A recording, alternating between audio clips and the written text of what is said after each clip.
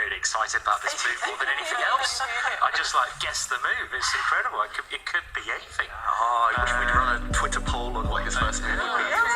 Alright. Well, we can ask our audience, they have a few seconds to find out. Okay, they're going to be off soon. They're going to be off, yeah. What will be the opening move?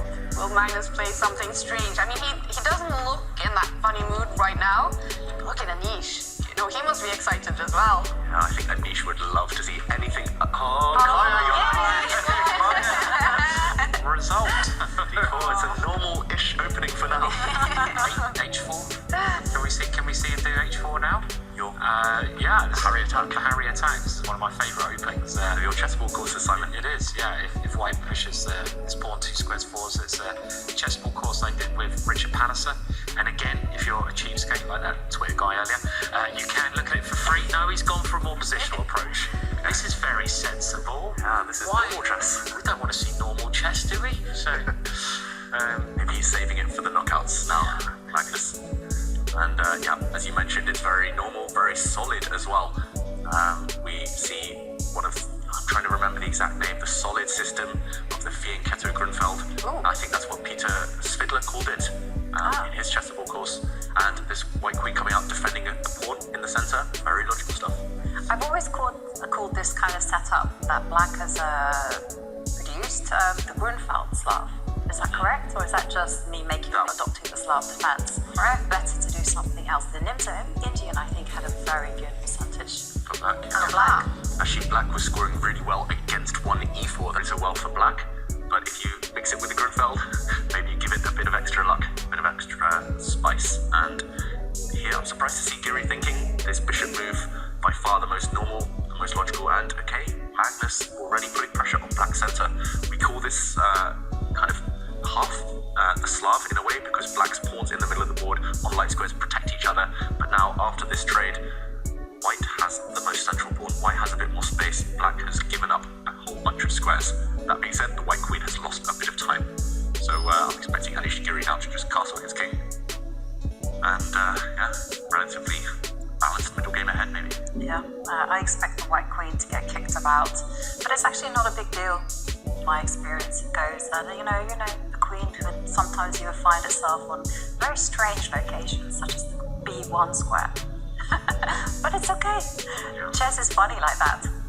I try. Is this the Russian variation where you bring the queen out? I mean, I remember there was some games Botvinnik had this a couple of times. There's some very important competitions, normal moves coming up here, both sides developing, and it really is about is white centre strong, or could it actually be weak? I guess this position, and I always like personally having the extra central pawn. I find it a bit easier to play with. I'm sure Jovanka does as well.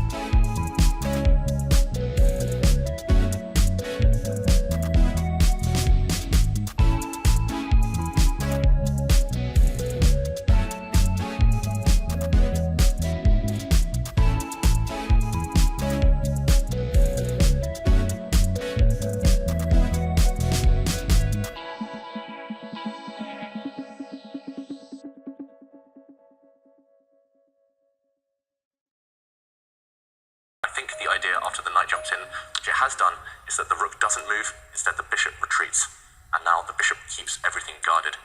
And this has happened. The black knight now leaping back, and it's going to reposition itself potentially on this eternal outpost where it can't get kicked away. Not sure what it does there, really, but it looks nice and pretty. And I'm pretty sure we'll see Magnus improve the king. There we go. And after the black knight moves, then at some point we might see a trade of the remaining rooms. Interesting move there from Anish, playing very quickly, moving the pawn by his king 2 squares, because you have to be very careful, moving pawns, because you can't move them backwards, so it surprises me a little bit. Maybe not a problem as white doesn't have a knight to jump into those holes created. But yeah, I mean, it seems fairly even still, doesn't it, this position? Very even, and it's kind of both sides have created a barrier. With this pawn push, black not only has created a path in for his king towards the centre, but he has locked down on any white pawn pushes. This pawn can't push forward safely now. This square is covered twice. This pawn can't push safely now. This square is covered twice, and same for this pawn. So it's very hard for white to make progress. He's dropped his bishop back to one of my favourite squares for this bishop, just because it's nice and safe, but it doesn't actually do anything here. The Grischuk square. The Grischuk square. Why is it called that? I remember watching a great game. I got I was cheering. It was David Howe for the white pieces against Grischuk, and David had a very good win by playing this similar idea in the Isle of Man competition. It's funny, in that tournament I won 3 games with white by putting my bishop on this square. Interesting. I think it's just coincidence. They weren't necessarily great moves putting the bishop here, but it keeps the bishop nice and safe for later, and we might be about to see, I know whenever Jovanka makes that noise, she thinks it's going to be a draw. We might be about to see the white bishop come forward. I have to watch out for that if I play you. What was it again? Do it again. Let's go back to the players. We are about repeating the moves, and there we go. Abrupt, but nothing to do. The players repeat. So it is a draw between the two top players so far in the tournament. This means Anish Giri is still on top of the table with only 1 game left to play.